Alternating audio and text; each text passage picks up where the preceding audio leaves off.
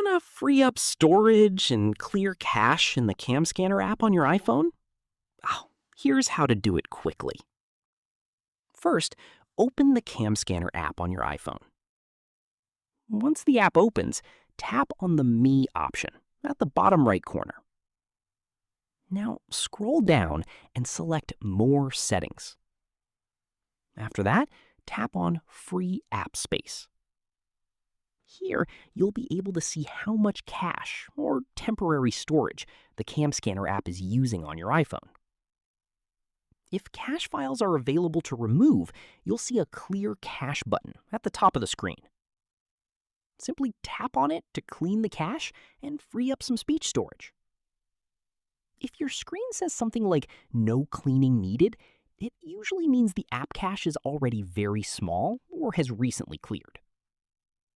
Cleaning cache can help the app run smoother and may fix small performance issues inside Cam Scanner. If some settings look different on your screen, it may depend on your Cam Scanner version or iPhone iOS version, but the steps are mostly similar. And that's it.